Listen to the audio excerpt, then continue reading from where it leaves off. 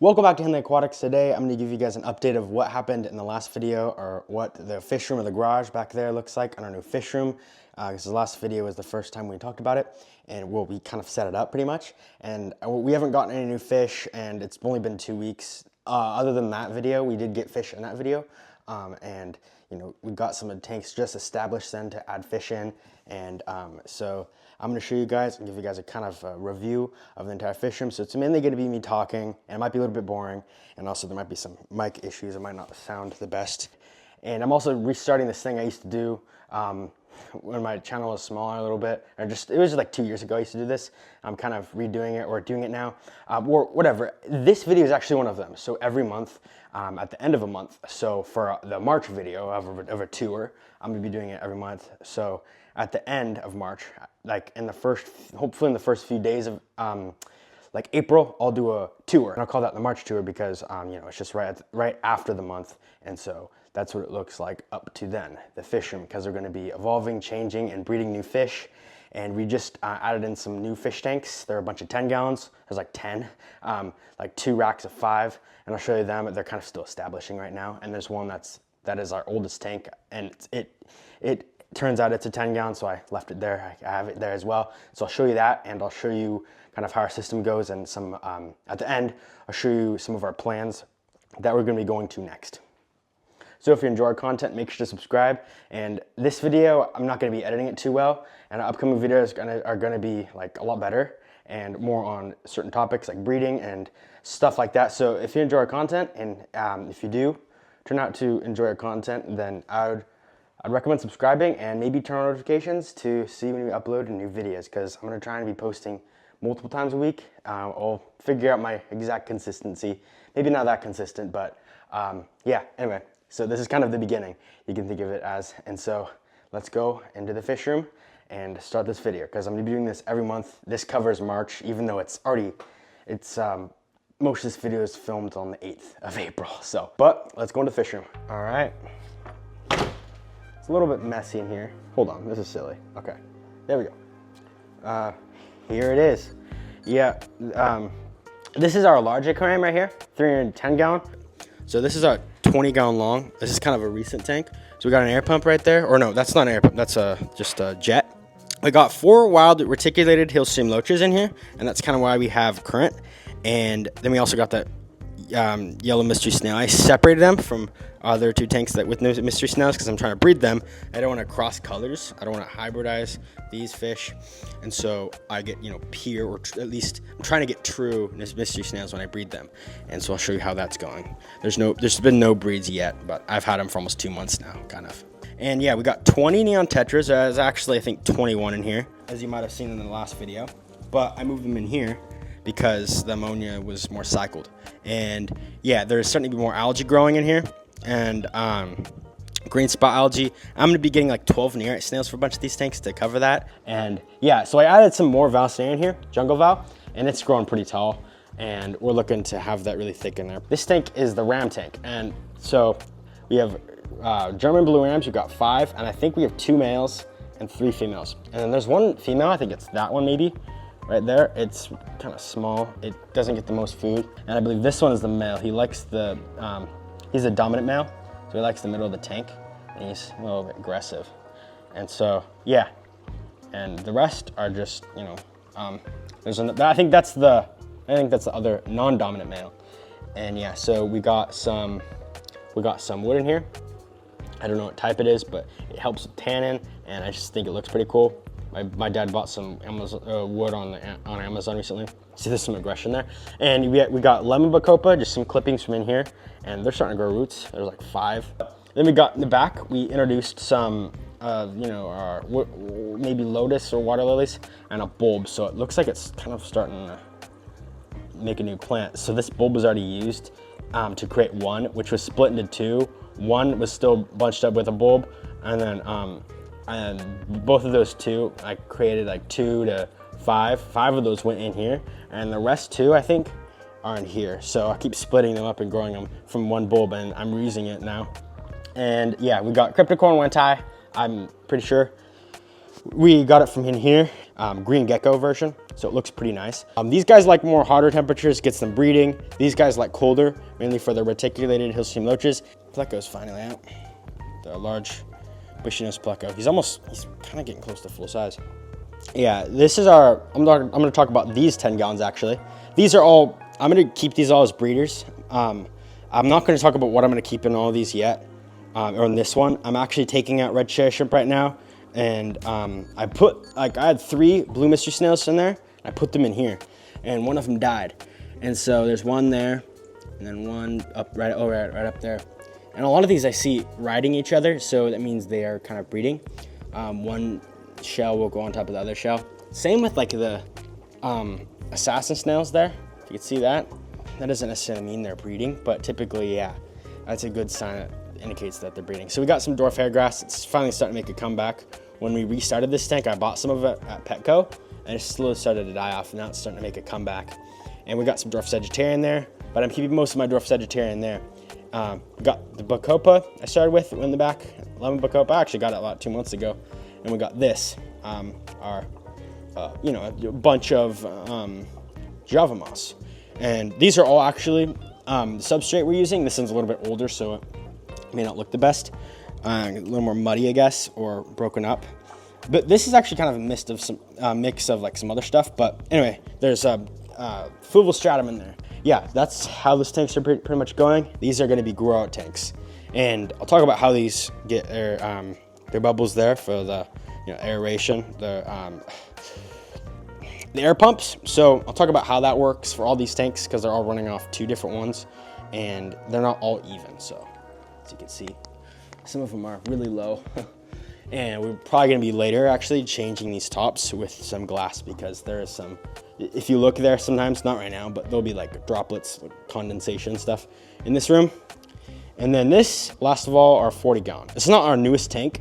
These are like almost a month old. This is like over a year old. This is over a year old. This is a little bit younger than that, but yeah. I'm gonna talk about the plants first. We got our dwarf Sagittarius. We sell them for $2 a piece. And other thing we sell, most profitable one, fire red cherry shrimp, they're $2 a piece. And we have some other deals. If you buy more, then you'll get a little discount. And we got Java moss and guppy grass. It was literally just introduced into my aquarium from some other plants. Honestly, don't know from exactly what. It just started growing, and so I recently, like 2 weeks ago, broke it up. I just can barely twist it, and then it pops right off. And then they'll grow roots, and then grow in the water. But yeah, that is my Anubias barteri. It's my older Anubias, actually kind of 2-3 years old. But I'm gonna try to sell it soon because I don't know the exact variant of it. I think it's a Nana or barteri. But yeah, that's our pure barteri right there. There's two different logs. We bought that as one plant, but we got to split it up and into that. And then we got 1, 2, 3, 4 actually. 4 different driftwoods of Java fern. I think it's like maybe the long or thin leaf one, but narrow leaf, maybe the large, maybe, I don't know, something else. And then yeah, we got Crypticorn and Wentai, Var, green gecko. And then we got our jungle val. I introduced like 4 smaller pieces when we bought it as one. They just gave us 4 or 5 smaller pieces as one plant. And then I brought a lot of it over there. And then that's the main plant, kind of. It's one of the big plants that was original, and it kind of created that one. Or that was one of the original ones as well. But that one is kind of recent right there, and it's been growing about 1 inch a day. I noticed it 2 or 3 weeks ago, about this tall, that one. And wow, dude, it's grown right up. And that one's pretty new, but it's gonna be that one right there, if you could see.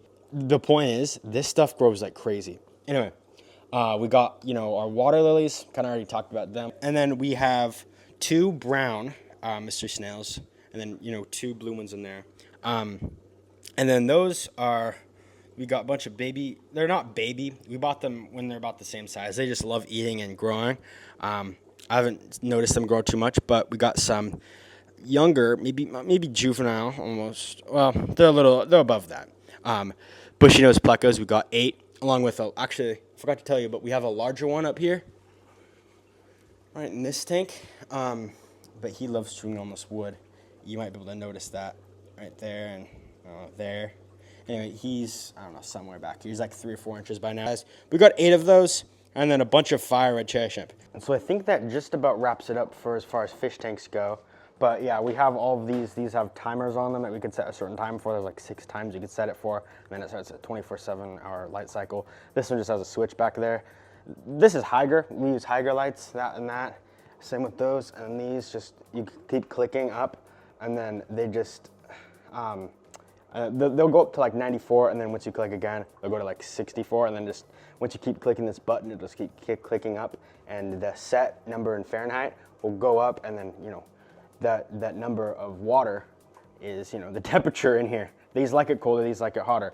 And then we got a Fluval Light Plant 3.0. It's called Fluval Plant 3.0 or something, light, something like that. I think it's the longer version, maybe the longest.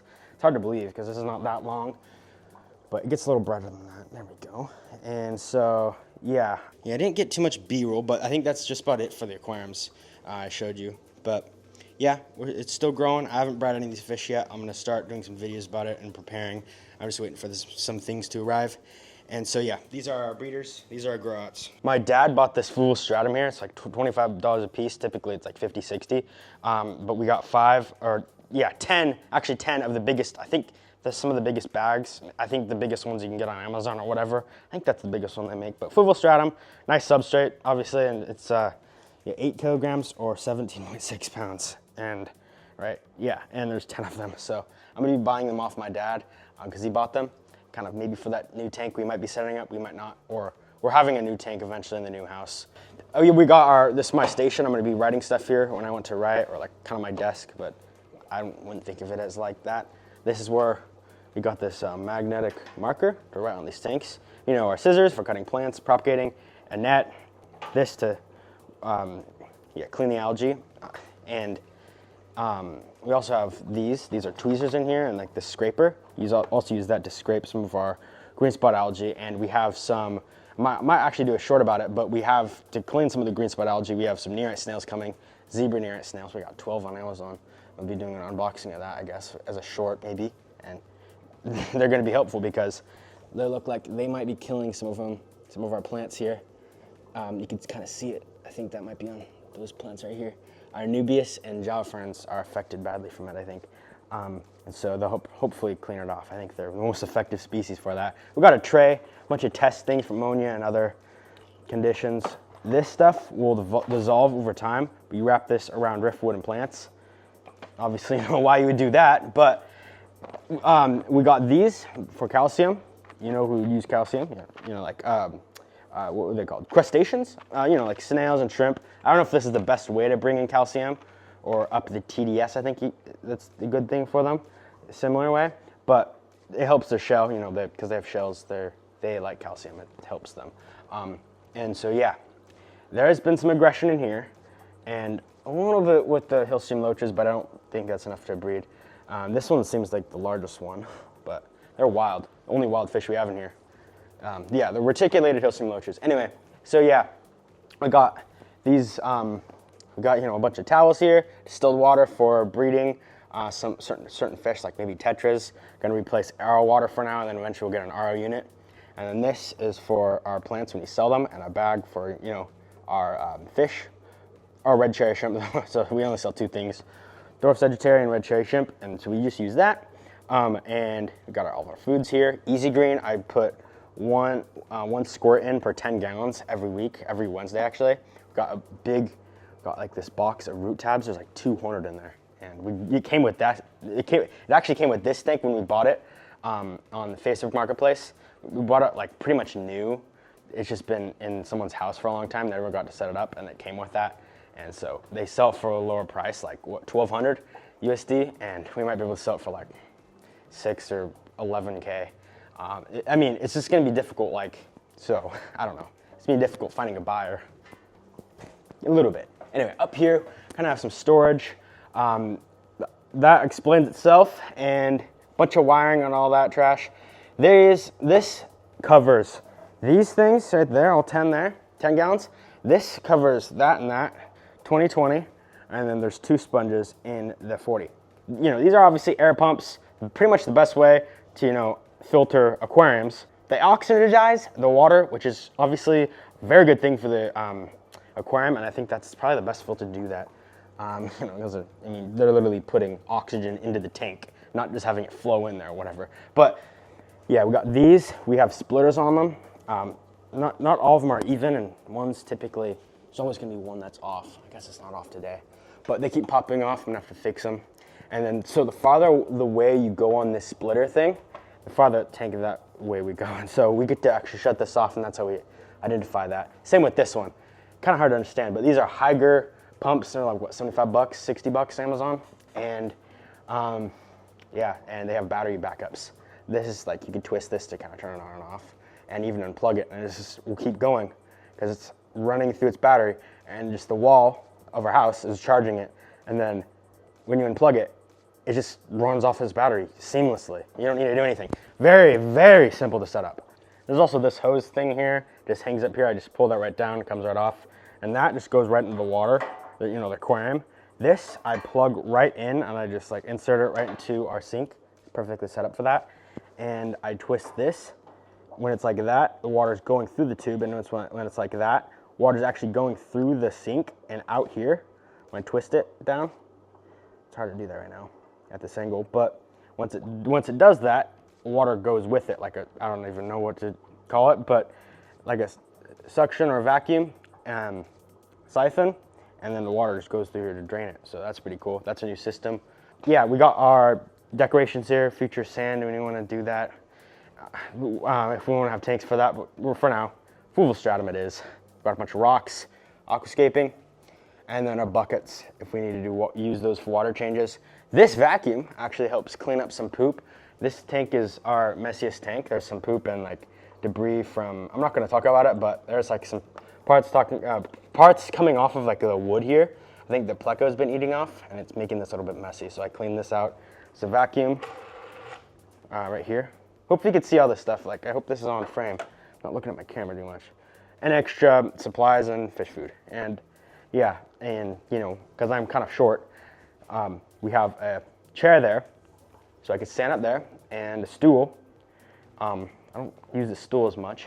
We got a remote to watch actually aquarium videos in the background as I'm working. And so, but yeah, I might have missed some things. I kind of went through it fast.